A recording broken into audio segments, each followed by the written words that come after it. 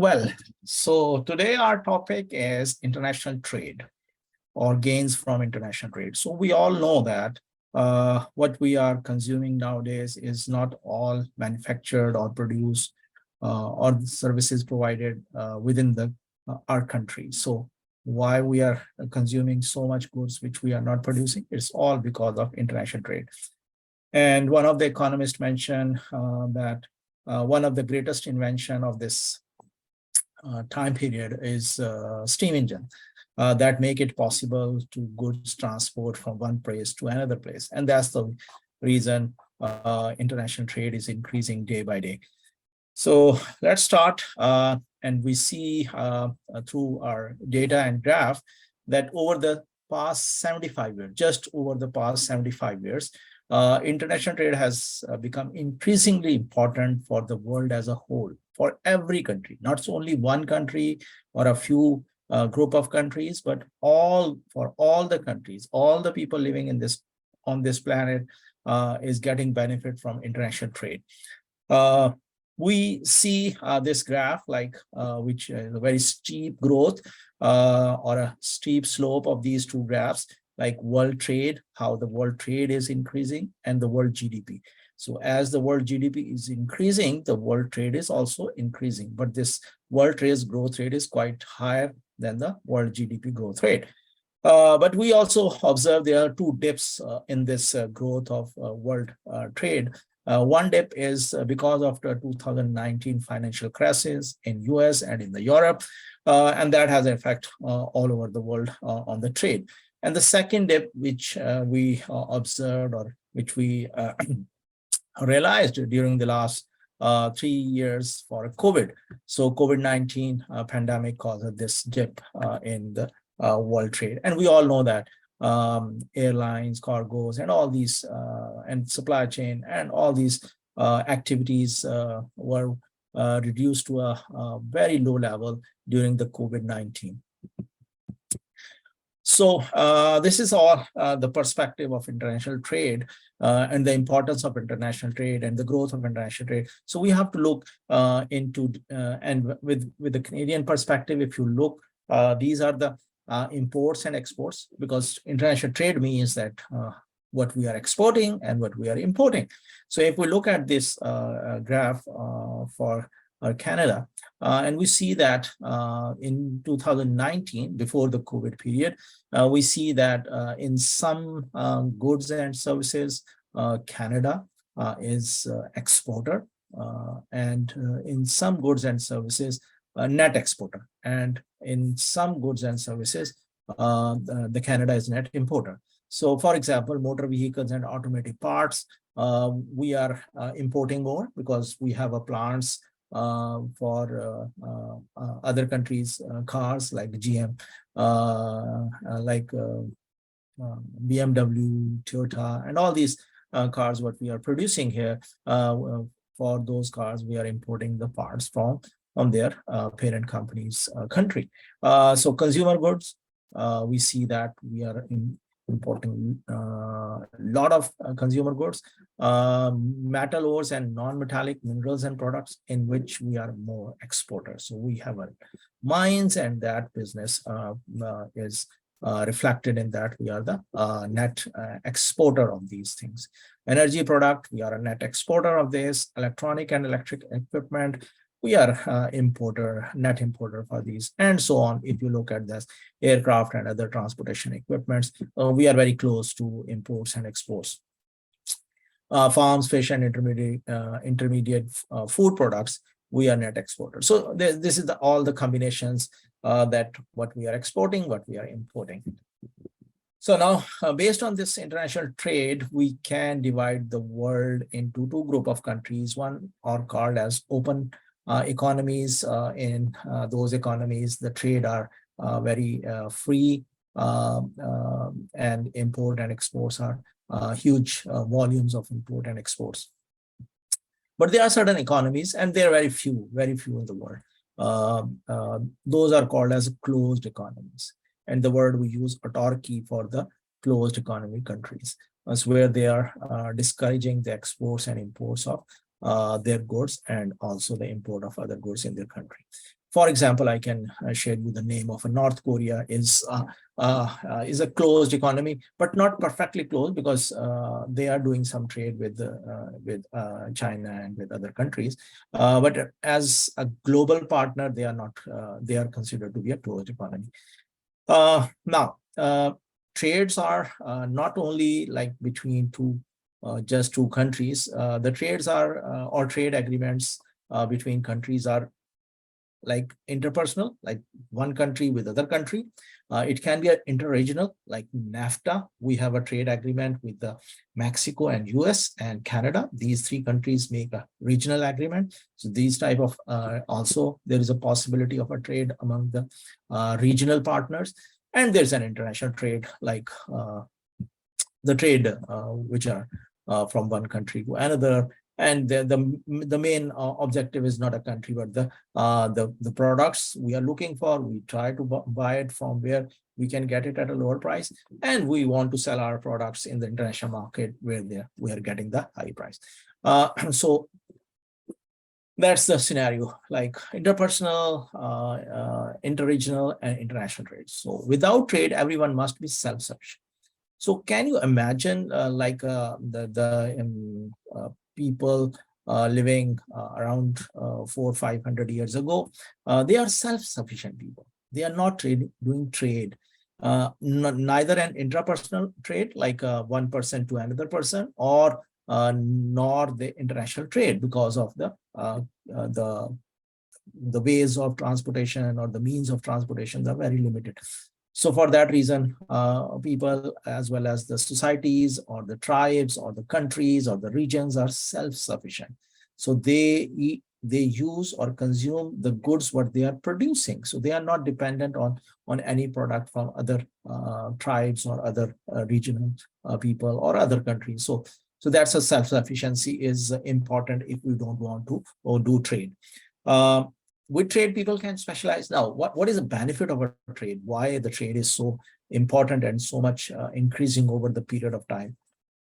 So the major benefit for trade is that the countries, the people, as well as the regions specialize in certain products, in certain areas in which they have some advantage, which can be an absolute advantage or which can be a comparative advantage. We will discuss these terms in more detail in the coming slides. So people specialize, and by this way, for example, at a very interpersonal level, we as a consumer, we consume a lot of things what we are not producing. What we are producing, like for myself, I'm a teacher, so I sell my teaching skills or my teaching, and in return, what I get money, and I use that money to buy all other things. So I specialize in that area. So similar is the doctor, engineers, and all these professions, they specialize in that area, and they, in return, they are getting money, and with that money, they can buy all other things. So it's trade, and that's a trade. Otherwise, it's very hard to find out someone who is in a need of learning economics, and then in return, I'm able to get it at the food or clothing and all these things. So specialization is possible with the money, and money makes it convenient for all of us to do trade. So the gain from trade is increased output attributable to the specialization that is made possible by trade. So trade make it possible by specialization, or specialization make it possible by trade. Now, I use two terms like an absolute advantage and a comparative advantage. So first, focus on absolute advantage. Look here, it's just a hypothetical example. Like Canada can produce two goods, wheat and clothes, and EU, European Union, can produce wheat and clothes. And this is the cost of producing these goods. Like 1 kilogram of wheat, Canada can produce it with the $1 cost, and EU can produce 1 kilogram of wheat with $3 of cost. On the other hand, if we look at Canada can produce 1 meter of cloth with $5 cost. EU, on the other hand, can produce 1 meter of clothes with $6 of cost. Now, if we look at these costs, we can say that the Canada has an absolute advantage in growing wheat, producing wheat. Why? Because the cost is minimum. Cost is $1 as compared to $3. And also the Canada has an absolute advantage in making cloth. The reason that the cost of producing 1 meter of cloth is less in Canada as compared to EU. So that's an absolute advantage. And absolute advantage is measured in the terms of that the cost of the product, that which one is producing at the cheapest. But the cost is not in comparison, but absolute cost. So that's why we are saying it's an absolute. So here Canada has an absolute advantage in both the products. Now, if we want to find out the opportunity cost, like if Canada is producing wheat, how much is the opportunity cost in terms of clothes that he has to forego to produce 1 kilogram of wheat?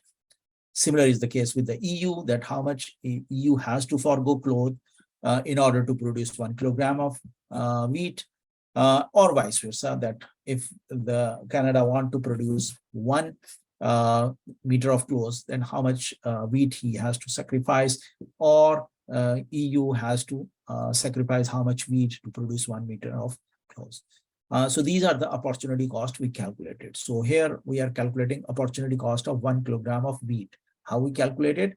1 divided by 5, because you know the cost of producing meters is 5. So it means that in order to produce 1 kilogram of wheat in Canada, we have to sacrifice 0.5 meters of clothes.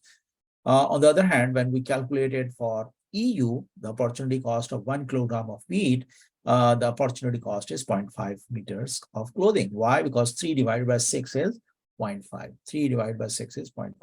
So by this way, we calculate the opportunity cost, or vice versa. That's a reverse reciprocal, or is also possible, that opportunity cost of 1 meter of clothes is 5 kilograms of wheat, and opportunity cost of 1 meter of cloth for E is 2 kilograms of wheat. Now, if we look at this comparative pricing or opportunity cost for these two regions, we can say that that Canada has a less opportunity cost of producing wheat, less opportunity, because Canada is sacrificing less quantity of clothes to produce 1 more kilogram of wheat. On the other hand, EU has a high opportunity cost of producing wheat. If we apply this logic to the clothing, and we see here that Canada has a high cost of producing 1 meter of clothes in terms of wheat, 5 kilograms of wheat, or EU has a opportunity cost of 2 kilograms of wheat to produce 1 meter. So in this case, EU has a less opportunity cost for producing cloth. So by this way, we can say that if they specialize, like Canada specialize in wheat growing and EU specialize in making clothes or producing clothes, so we can say that they can produce more. They have to, because the opportunity costs are different. So comparative advantage reflects opportunity costs that differ between countries.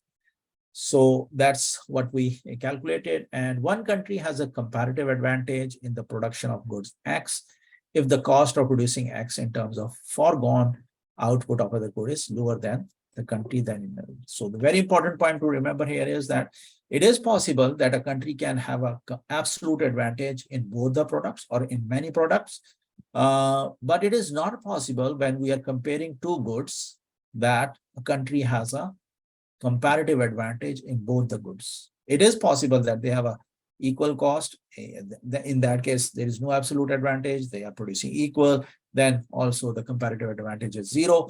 But it is not possible that they have an equal opportunity cost. So we see here that what is a gain from specialization. So change from each country producing more units of our product in which it has a lower opportunity cost. And by this way, they focus only on producing what they have a less opportunity cost. So if Canada is producing all wheat, so 5 kilogram of wheat, and EU is not producing wheat, so it's going to be minus 4 kilogram. So ultimately, how much is the total wheat increasing is 1 kilogram, and the same is the case with the Canada is producing one less meter of clothes, and EU producing 2 meters of clothes. So and that's why in this case we see that they are getting both the products more, both the countries. So after that, when they have a specialization like wheat and clothes, so we need clothes, EU needs wheat, so we exchange it, we do trade, and based on the price that can be calculated based on each other country's demand. So whenever opportunity costs differ between countries, specialization can increase the world's production of both the products. So these calculations show that they are gained from specialization given the opportunity cost. World output increases if the country specializes in the production of goods in which they have a comparative advantage. So Canada specializes in wheat and EU specializes in cloth, and consumption possibilities are increased in both the countries. So if you recall the concept what we studied before is a production possibility frontier or a production possibility curve. So production possibility curve is a combination that two goods, and that if we're utilizing all our resources in one good, that's the maximum, or if we are utilizing all the resources and producing other, that's the maximum possibility. And when we join these two points, we see that this is the production possibility frontier that the country can produce with the available resources and technology. No, but the point is that nowadays, because of international trade, our consumption is different than production.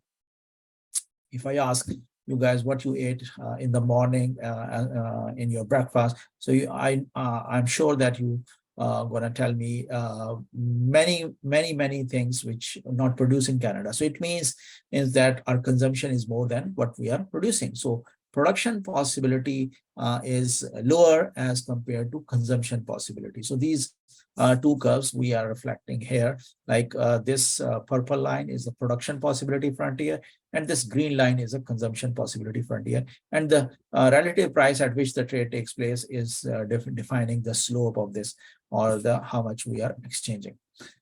So what we can conclude from here is that these are the conclusion points. The first one is the opportunity cost of producing X is the amount of other products that must be foregone or sacrificed to increase the output of X by 1 unit. So what is an opportunity cost? What we learn is that how much we forego of the other goods to get one more unit of one good. Then the point is that a country A has a comparative advantage over B in producing a product when its opportunity cost of production is lower as compared to B. So when opportunity cost for all products are the same in all countries, there is no comparative advantage and no possibility of gains from specialization and trade. If that's the case, that if there is no comparative advantage. So when opportunity costs differ in any two countries and both countries are producing both products, it is always possible to increase production of both products by suitable reallocation of resources within the country. So these are the four conclusions. There is an extension in the theory, like what we can gain from the trade is what happens when production possibility boundary is concave. So here we showed you the production possibility curve, which is a straight line, but normally we also draw the production possibility curve as a concave. It's bowed out. So do countries still benefit from trade? Yes, when it is the case, it is still possibility that they can get a benefit with the trade. So in the absence of international trade, the economies must consume the same bundle of goods that it produces. So openness to trade with other countries change the pattern of domestic production and create gains from trade. So the pattern of absolute and comparative advantage can be identified through. Now, what is an absolute advantage? Absolute dollar cost of producing two goods in two countries. So we compare when absolute value of in dollar terms, then we say that which country has an absolute advantage. The amount of output two goods that can be produced from available resources. So measuring opportunity cost in each case will help determine the products countries have comparative advantage in countries specialize and produce those products. Now, this when we do trade, the other benefits also comes and related to other theories of the economics. So if cost varies with the level of output or as an experience is required via specialization, additional gains are possible. So what we are saying that when the countries specialize, what they do, they are able to get other benefits. What are the other benefits? That when we produce in a bulk, so we can achieve the economies of scale because of the quantity large, because we are specializing in one product and the other country is specializing in another product. So the product in which we are specializing, we are producing in bulk. When we are producing in bulk, so there is a economies of scale. And also when someone is producing a one product all the time, so they get the cost reduction because of we call it as a learning effect, that the producers learn the way that how to do that, how to produce that, and with an experience they are able to reduce the cost. And this is what we are saying here. Additional cost benefits are possible when we do specializations. So industries with a significant scale economies, small countries that do not trade will have a low level of output and a high cost. So we all know that the average total cost curves are U-shaped. So if we are producing less, we are in the upper part of the average total cost curve. So for that reason, their cost is high. But when we are producing in a large quantity, so we can reach to the level which we call it as a minimum average total cost level of output. So with international trade, small countries can produce for the large global market and produce at a low cost. Even the country is very small, but when they are producing for the whole world or many countries, then definitely they are producing in a large quantity, and by this way they are able to get economies of scale. International trade allows small countries to reap the benefits of scales. So here is a curve, like you see that long run average total cost curve. This is solid line, reflects a situation like when we are producing a small quantity, as I mentioned, in the upper portion of the long run average cost curve. So we are producing at point A. But if we specialize and we produce for other countries as well, so the quantity increase and we're going to produce up till point B. So by this way, our cost is going down from C0 to C1. Now there is another what we learn is by learning of the production process, we are able to produce at a very low cost as compared to B, even B dash, and that shifting of the long run average cost curve is because of learning experience. So the movement from A to B incorporate both the economies of scale and learning by doing. Now, what are the sources that makes one country a comparative advantage over the other country? So there are different reasons or determinants we can explain to justify that why one country has a comparative advantage over the other. A very well-known Nobel laureate economist Heckscher-Ohlin presented a theory which we call it as a Heckscher-Ohlin theory. Countries have a comparative advantage in production of goods that are intensively the factor of production with which they are abundantly endowed. It means that the endowment effect is a very important, and we see that why we have a comparative advantage in producing wheat, because as we have a large land which we can use to cultivate wheat. Why we have an advantage in production of oil and gases, because we have a naturally endowed resources of oil and gases. So the reason the countries specialize in those areas where they have some natural endowment advantage. The second reason is different climates, like certain products need a certain type of climate, environment, and that is suitable wherever it is, because every country has a different climate, every region has a different climate, and that climate is suitable for some products in which they can specialize. So a country comparative advantage is influenced by various aspects of its climate. Human capital, this is nowadays, it's very important from the perspective that those countries who have a highly developed human capital, so they are attracting the manufacturers from all over the world. And the best example we know that is China, which are getting uh, the production facilities from all over the world, like every manufacturer. Like we know that Apple is an American company and producing for all over the world products, but all production is in China. The reason is that the China has the human capital that they can produce those products. So human capital can acquire skills, human capital that influence countries' comparative. And that's the reason that some countries are the world trade exporters. And the reason is that they have a human capital. They have a natural endowments. They have a climate suitable for that. And also, we also compare sometimes this as a acquired comparative advantage. So human capital is an acquired advantage.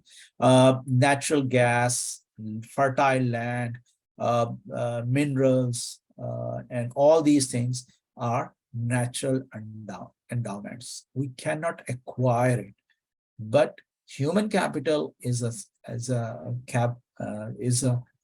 endowment that makes the country more producing more exportable goods as acquired. So we see here that like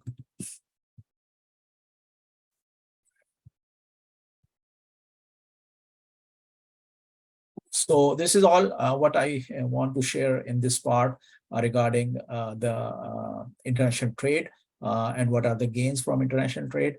So let's see the some other related topics of international trade in our second part.